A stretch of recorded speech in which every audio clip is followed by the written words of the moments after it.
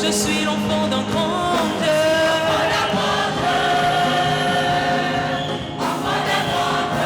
Ne me laisse pas tomber.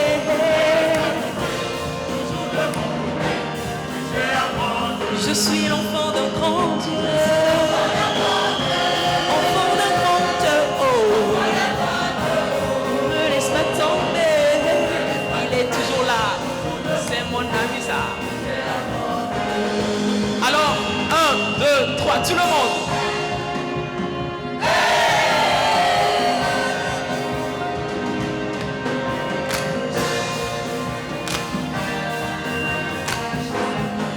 Encore, 1, 2, 3, let's go.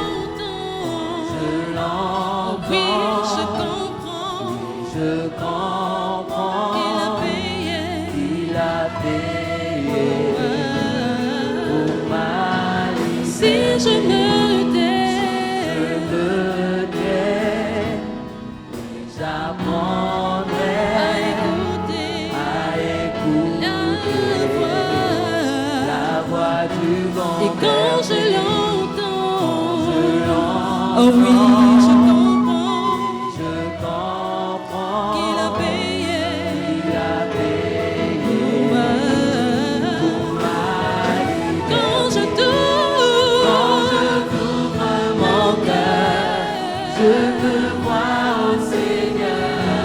Quand je t'ouvre mon cœur, et ta loi dans mon cœur toujours demeure. Ta vie à chaque heure pour le combat. Quand je t'ouvre mon cœur, Je vois au Seigneur.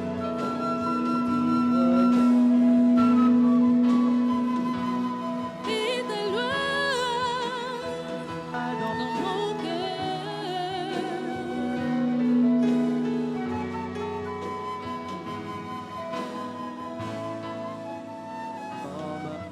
Coule, coule, coule,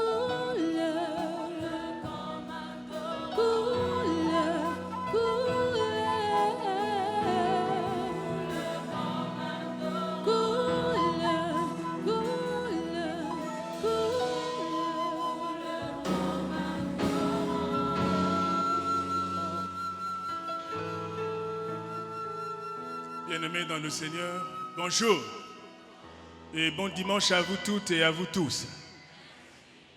Bon dimanche à nos jeunes. Allez Loulou. Loulou, allez. Faut pas rendre timide le slogan. C'est très chaud. Allez Loulou. Ça allait marcher. Allez Loulou. Loulou, allez. Veuillez vous asseoir. Nous voulons vous dire merci.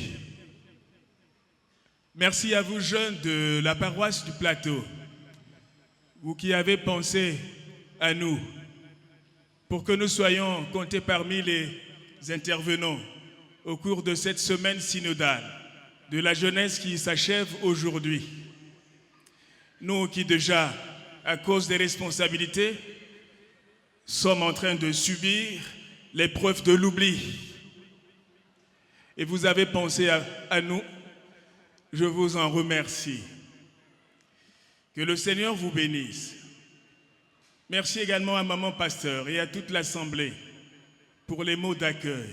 Je le dis en mon nom, au nom de mon épouse et au nom de tous ceux qui ont été reçus pendant ce culte.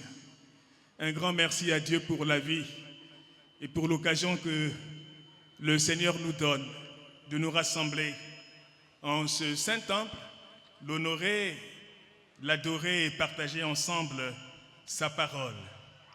Qu'il nous bénisse et que son esprit contrôle tout ce que nous allons faire, aussi longtemps que nous resterons dans sa maison. Prions le Seigneur. Nous voulons, Seigneur, partager ensemble ta parole. C'est toi qui l'as voulu et c'est toi qui le permets. Nous te disons merci de nous accorder de ton esprit. Ta parole a été écrite sous la direction du Saint-Esprit. Nous voulons également la communiquer avec l'aide du Saint-Esprit. Viens nous accompagner à parler de toi, à t'écouter, à garder ta parole pour la mettre en pratique. Que cette parole nous apporte à nous tous, Seigneur, l'encouragement, la force nécessaire, l'intelligence et la sagesse pour avancer dans la vie, cette vie qui est remplie d'embûches, remplie de situations pénibles, remplie d'épreuves. Que l'honneur et la gloire te reviennent au nom de Jésus, notre Seigneur et Sauveur. Amen. Bien-aimés dans le Seigneur, selon le guide biblique de l'Église évangélique du Congo, le thème de la semaine est intitulé « Épreuve et intégrité de Jésus, quelle leçon pour le jeune chrétien aujourd'hui ?» Épreuve et intégrité de Jésus, quelle leçon pour le jeune chrétien aujourd'hui. Et le texte de base qui nous a été proposé est celui de Genèse chapitre 39, les versets 21 à 23. Nous allons lire ce texte au nom de notre Seigneur. Genèse 33, du verset 21 au verset 23.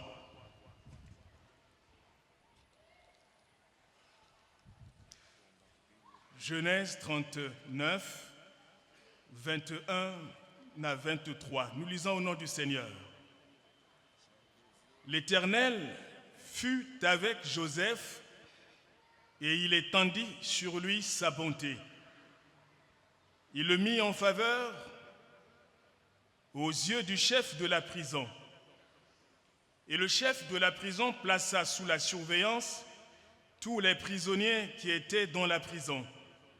Et rien ne s'y faisait que par lui. Le chef de la prison ne prenait aucune connaissance de ce que Joseph avait en main, parce que l'Éternel était avec lui. Et l'Éternel donnait de la réussite à ce qu'il faisait. Amen. Bien-aimés dans le Seigneur, sœurs et frères jeunes de la paroisse du Plateau, de l'Église évangélique du Congo, vous avez souhaité, et le Seigneur vous l'a accordé, que nous partagions aujourd'hui et en ce moment la parole de Dieu sur la vie de Joseph, l'un des plus grands personnages, l'un des plus importants personnages dont la Bible raconte l'extraordinaire histoire. Si nous devons, bien-aimés dans le Seigneur, parler de Joseph, c'est justement parce que l'histoire de sa vie est pleine d'exemples édifiants pour les jeunes, aussi bien d'aujourd'hui que de tous les temps. En effet, dans ce monde, la vie n'est pas si simple que nous le pensons. Elle est faite de surprises, tantôt agréables, tantôt désagréables. Elle peut nous sourire à un moment et nous compliquer les instants d'après. Pourtant, lorsqu'on est jeune, on espère réussir dans tous les domaines de la vie, physique, socio-économique, professionnel, spirituel, relationnel, sentimental, intellectuel, etc. Mais à mesure que l'on grandit, l'on réalise que la réalité est tout autre chose, que tout n'est pas si simple. En effet, une variété de défis économiques, sociaux, psychologiques, sociétales, etc. se présentent devant nous au quotidien. Ces défis incluent le chômage élevé, l'incertitude économique, le manque d'opportunités professionnelles, la précarité et la cherté de la vie, les injustices sociales, la pression scolaire, les relations toxiques, le cyberharcèlement, le banditisme, la perte des valeurs traditionnelles ou religieuses, la délinquance, les violences basées sur le genre, etc., qui sont aujourd'hui autant de problèmes que les jeunes sont appelés à surmonter. Malheureusement, chez beaucoup de jeunes aujourd'hui, ces problèmes conduisent à l'impuissance, à la dégradation de la santé mentale, à l'incivisme, à l'immoralité, au divorce, à l'isolement, puis finalement au désespoir, qui au pire des cas pousse irrésistiblement au suicide. Rappelons-nous que l'élément déclencheur du principe du printemps arabe, avait été l'immolation par le feu d'un jeune vendeur de nationalité tunisienne du nom de Mohamed Bouazizi qui protestait contre les injustices et les humiliations qu'il subissait. Mais pour nous, les jeunes chrétiens, il y a une solution face aux épreuves de la vie actuelle. En effet, la parole de Dieu nous recommande d'agir avec intégrité devant toute situation difficile qui se présente à nous.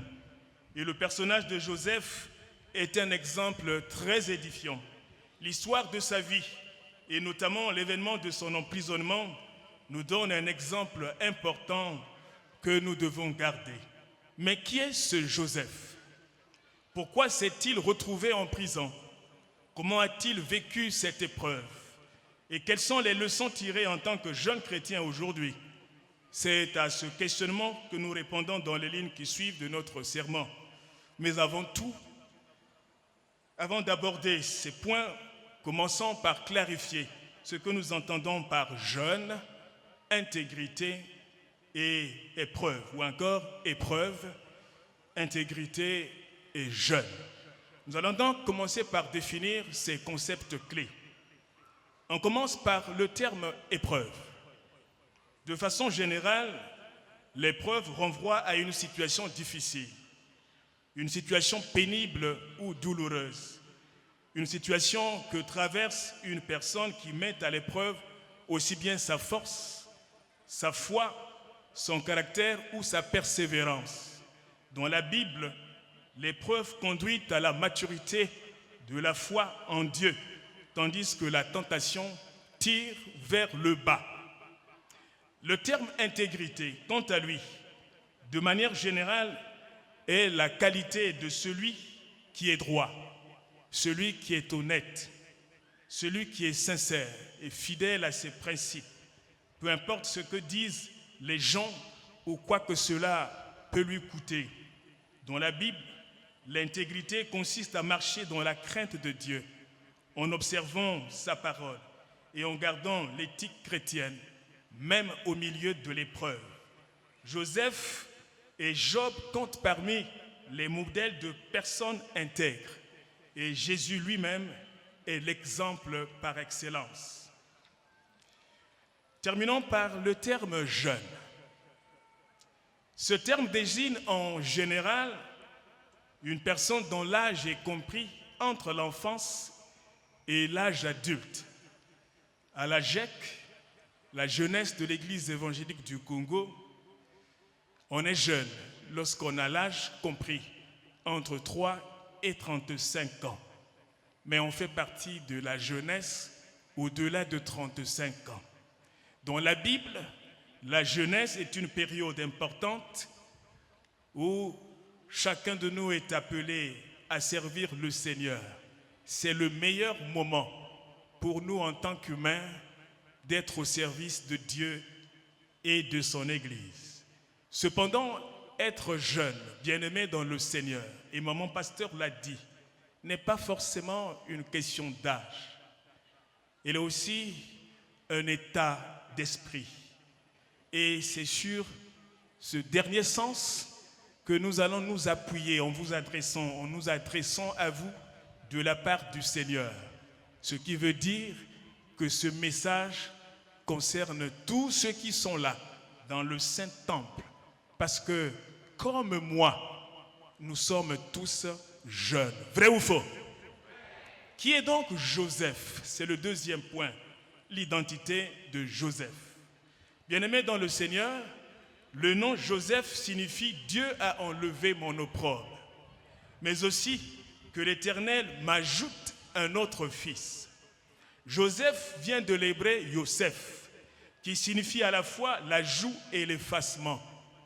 Un Joseph s'efface toujours derrière un autre auquel il se substitue. Dans la Bible, plusieurs personnes portent le nom Joseph.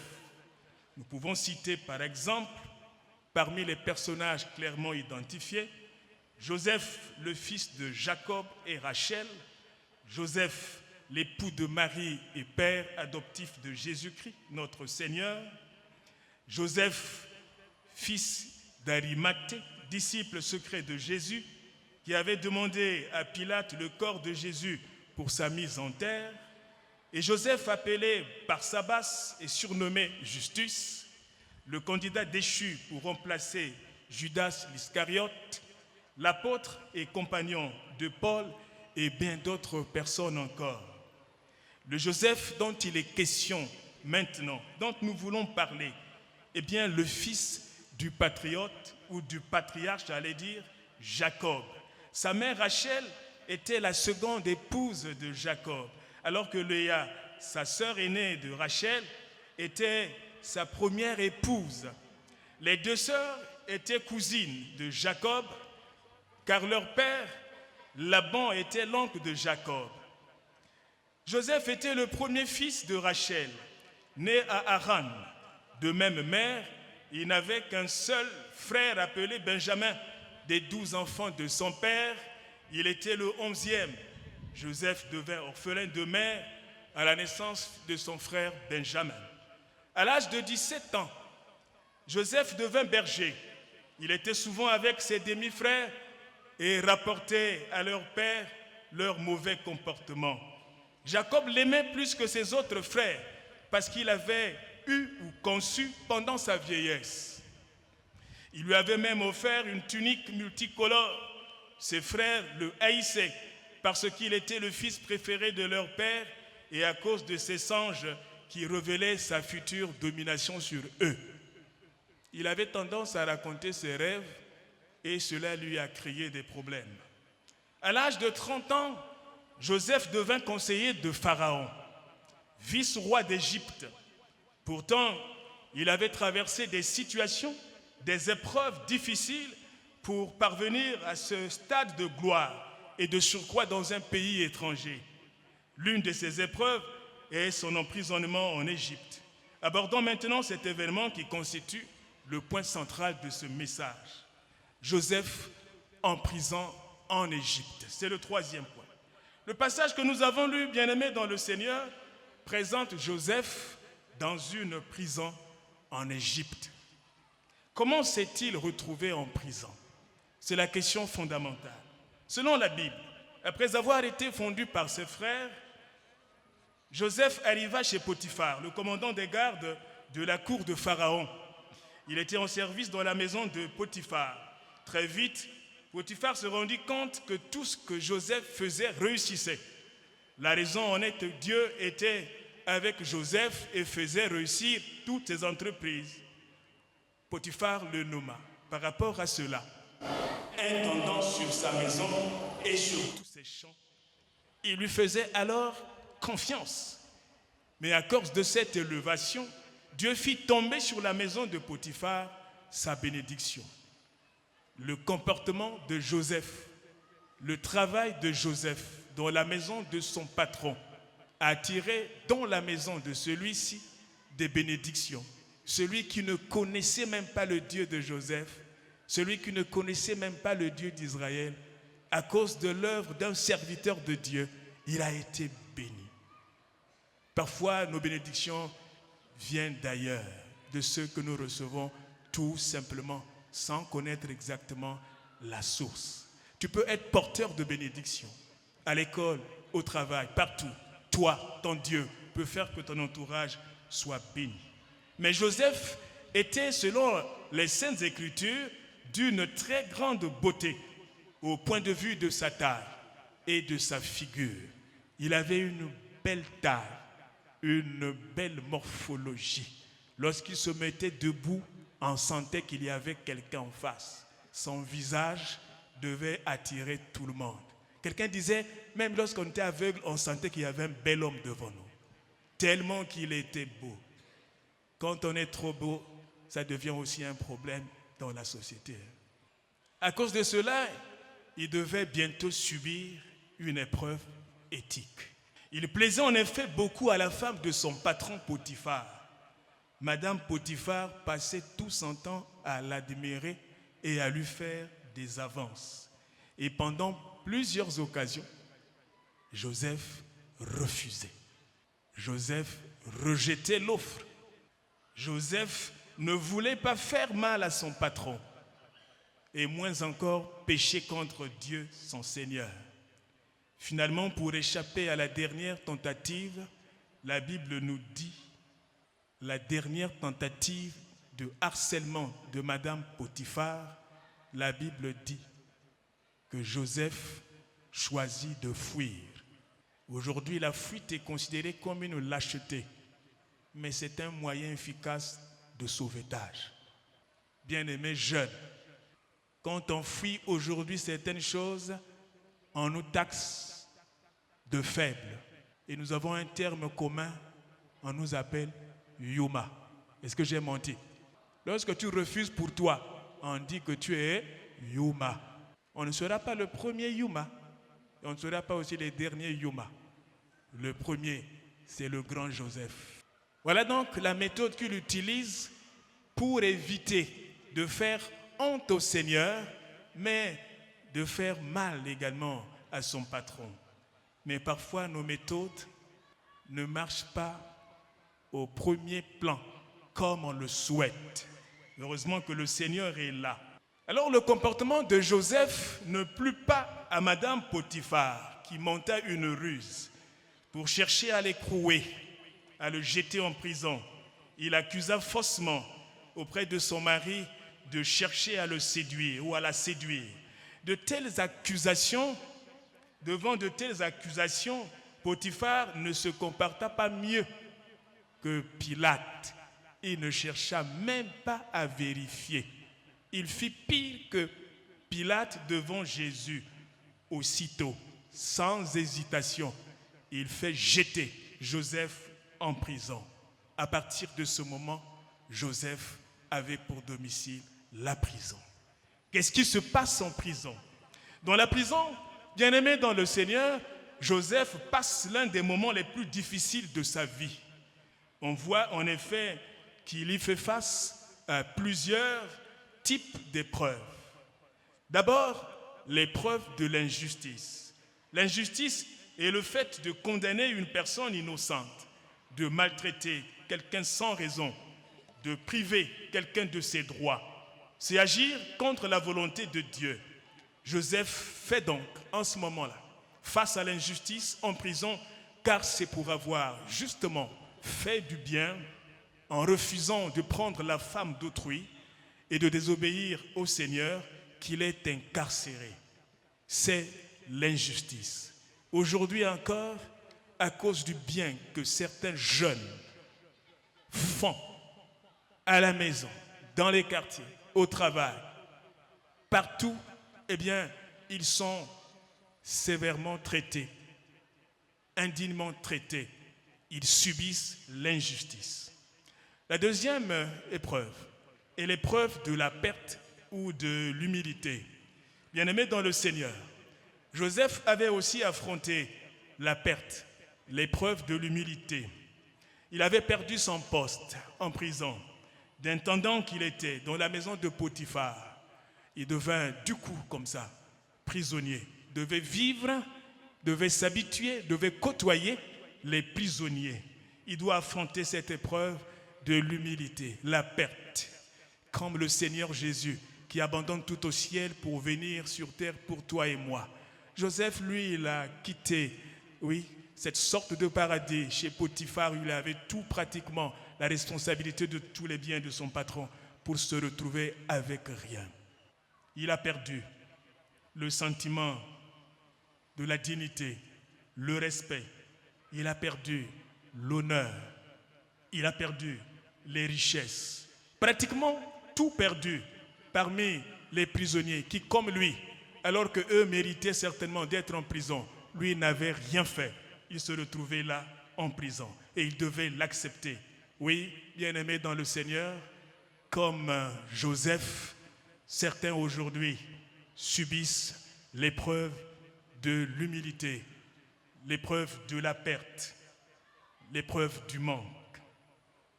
Pour n'avoir rien fait, victimes de l'intolérance, par leur entourage, au service et partout, ils sont obligés de tout laisser et de supporter injustement ce manque. Dieu le sait. Une autre épreuve, l'épreuve de l'isolement et des conditions difficiles. Joseph est en prison seul. Désormais, il n'a plus ses frères et sœurs. Il n'a même plus la famille de Potiphar. Il est loin de sa famille, loin des proches. Il endure la dureté de la vie carcérale. Vivre en prison, ce n'est pas du tout beau. Quel que soit le confort qu'on peut mettre dans ta prison, ce n'est pas là que Dieu nous a appelés à vivre. C'est donc une épreuve. Et là, il lui manque l'encouragement, il lui manque l'assistance. Il est étranger et vit parmi des prisonniers étrangers, avec tout le risque que cela peut comporter. Il y en a qui perdent leur vie en prison, parce qu'il y a aussi ce qu'on appelle dans les prisons le baptême, des frappes qui attendent les nouveaux venus.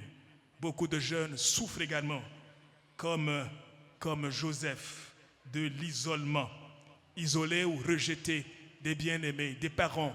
Et ce qui est pire, c'est qu'il y a même des serviteurs de Dieu, parce qu'on a choisi le Seigneur. On est rejeté, on n'est plus la bonne personne de la famille, parce qu'on espérait qu'on devait être DG, ministre, président, etc. Et comme on ne l'a pas fait, on a accepté le Seigneur, alors on est rejeté. Nombreux sont aussi rejetés aujourd'hui pour des choix de conjoints, parce qu'on a accepté l'homme de sa vie, la femme de sa vie. On est rejeté, on ne compte plus, on est isolé à cause des choix personnels. Pourtant, on a quelquefois bien agi ou agi selon la volonté de Dieu. Une autre épreuve, l'épreuve de l'oubli et de l'attente prolongée. Bien-aimés dans le Seigneur, plus tard dans cette même prison, j'allais dire, Joseph interprète le songe de l'un de ses prisonniers. Il s'agit de les chansons du roi. Il donne l'interprétation qui marche puisque, selon ce qu'il avait dit, les choses s'accomplissent. Et lorsqu'il sort de la prison, il va dans l'espoir qu'il allait défendre l'intérêt de Joseph auprès du roi, pour que très rapidement, Joseph puisse le rejoindre en liberté. Ça veut dire que Joseph devait s'attendre à sortir de la prison très rapidement, puisque son frère est sorti après avoir été aidé par lui. Malheureusement, ce dernier l'oublie. Il oublie sa promesse, il oublie ses bienfaits. À ce moment-là, la patience de Joseph est testée, car l'oubli de les chansons devait prolonger nécessairement l'attente, devenant de plus en plus infernale, de plus en plus difficile à supporter. Beaucoup de gens sont victimes de l'oubli des bien-aimés, des frères qu'on a aidés à l'école, à la maison, dans le quartier. On a aidé, on a rendu service dans l'espoir qu'une fois que ces personnes devaient être mieux situées, alors on aurait, le retour.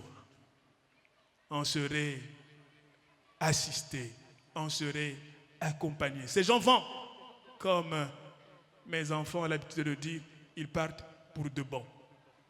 Oublions ce qu'on leur a fait. Nombreux sont dans cette sorte d'ingratitude, le Seigneur le voit. La dernière épreuve est l'épreuve de la foi en Dieu. La foi de Joseph était aussi éprouvée en prison, bien-aimés dans le Seigneur, comment comprendre que Dieu puisse laisser aller en prison son serviteur dont il connaît l'intégrité? Il a laissé faire, bouleversant sa foi. Joseph devait-il en ce moment continuer à croire en un tel Dieu, ou encore changer de Dieu, prier peut-être celui des Égyptiens pour avoir la vie sauve désormais, puisqu'il devait continuer à vivre? Quel est ce Dieu qui laisse entrer en prison ses enfants? La foi de Joseph devait sûrement être sévèrement perturbée, mais il ne devait pas douter de la présence de Dieu, ni de son amour, parce que le Seigneur est là. Et Joseph savait que jusque-là, le Seigneur était avec lui. Et tout ce qu'il faisait dans sa vie réussissait grâce à la présence du Seigneur. Alors, sa foi devait être forte malgré les épreuves, ce qui n'est pas facile. Aujourd'hui, notre foi est secouée, régulièrement secouée. Elle est durement éprouvée parce que parfois nous sommes placés devant des choix à faire, des choix pour améliorer notre vie, mais des choix qui risquent de compromettre notre relation avec Dieu. Est-ce que tu prends conscience de cela?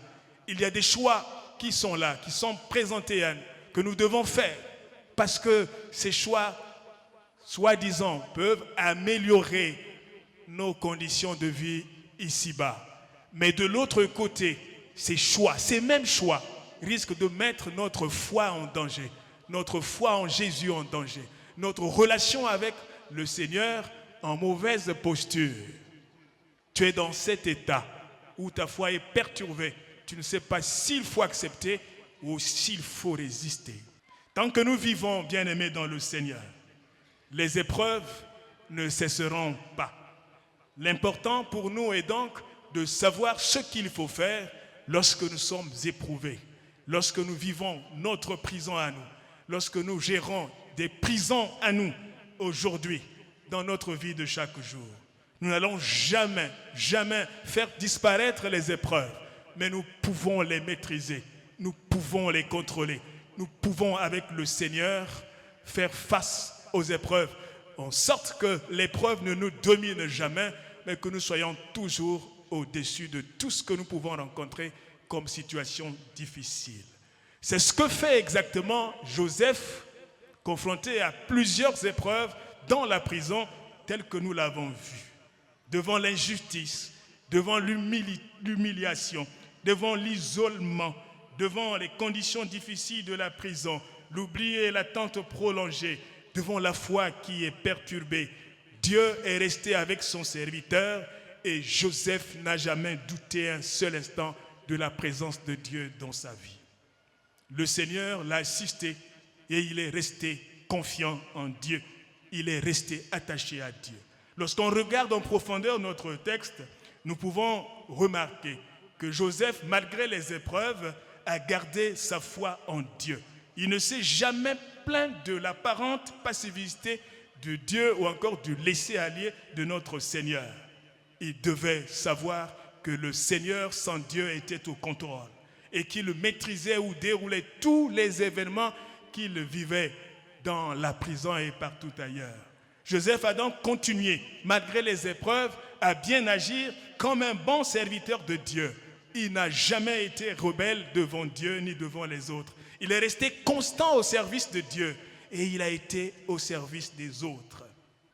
À cause de cette fidélité, à cause de cette constance, même dans la prison, Dieu a fait qu'il y ait des regards différents du chef de la prison sur lui ou par rapport aux autres, au point qu'il avait été même élevé comme chef de tous les prisonniers alors qu'il venait d'arriver.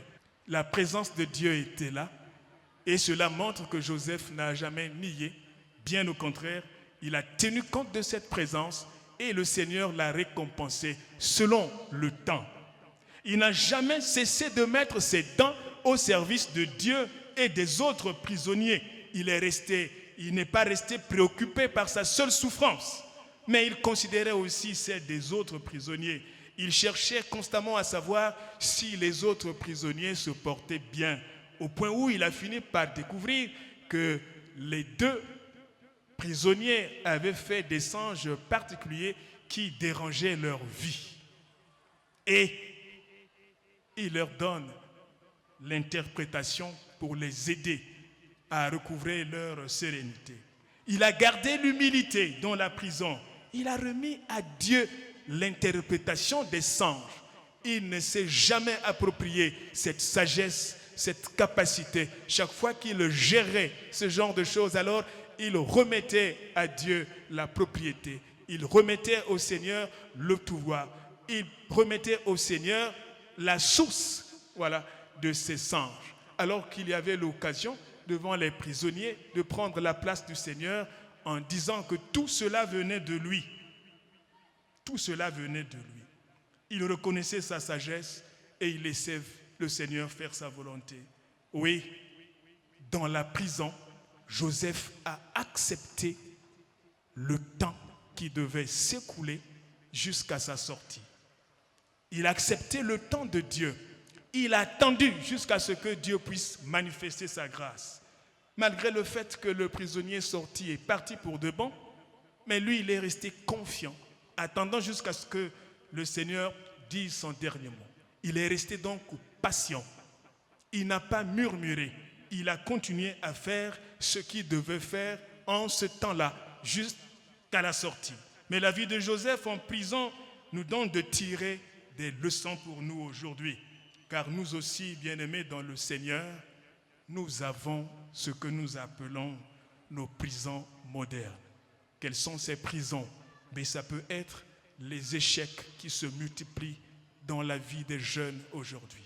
Ça peut aussi être les rejets des membres de la famille, des amis, des collaborateurs, des aînés.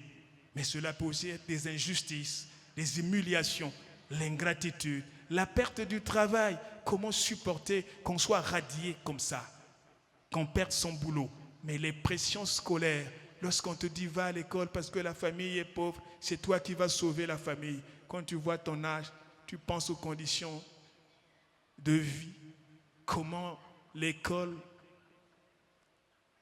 se porte.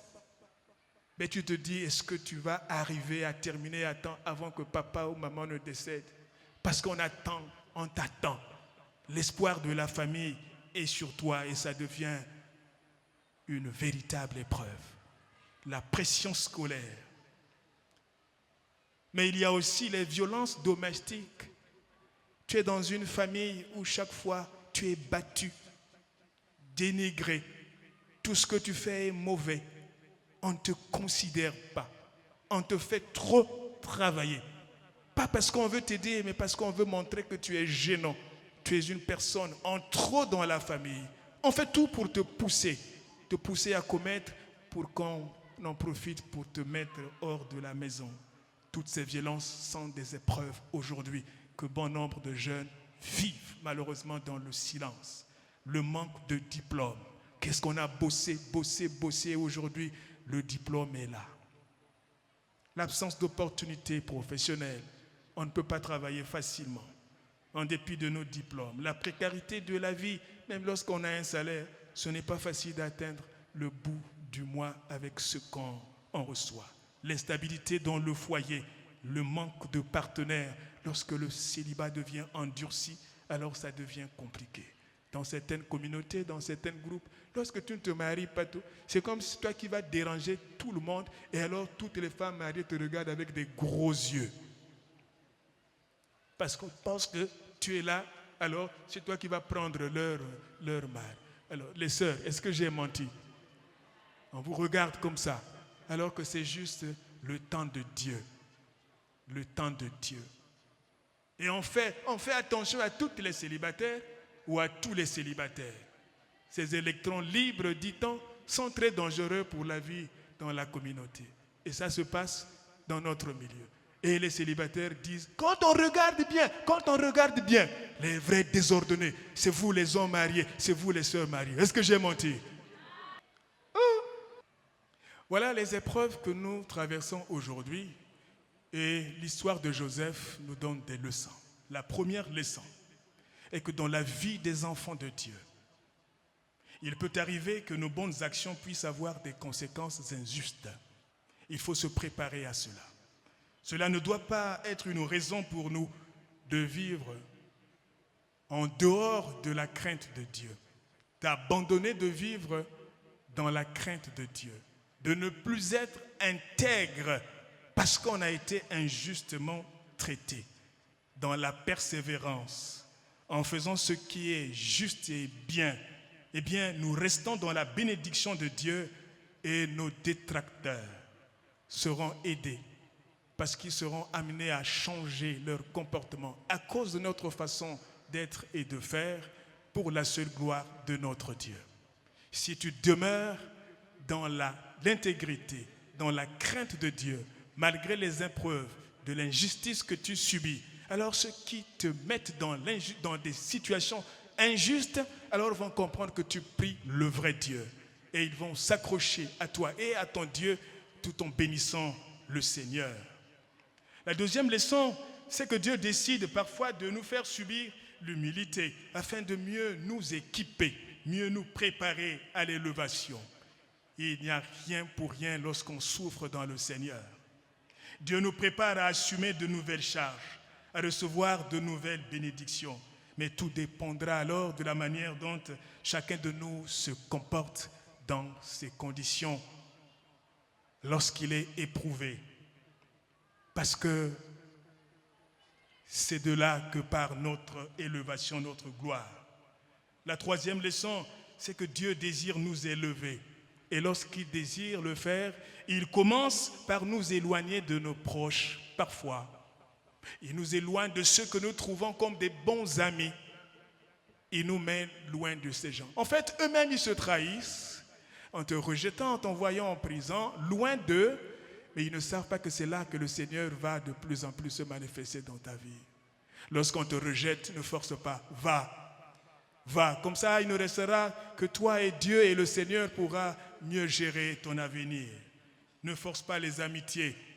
Parce que lorsque le Seigneur te place loin de ceux que tu as aimés, il met autour de toi d'autres personnes.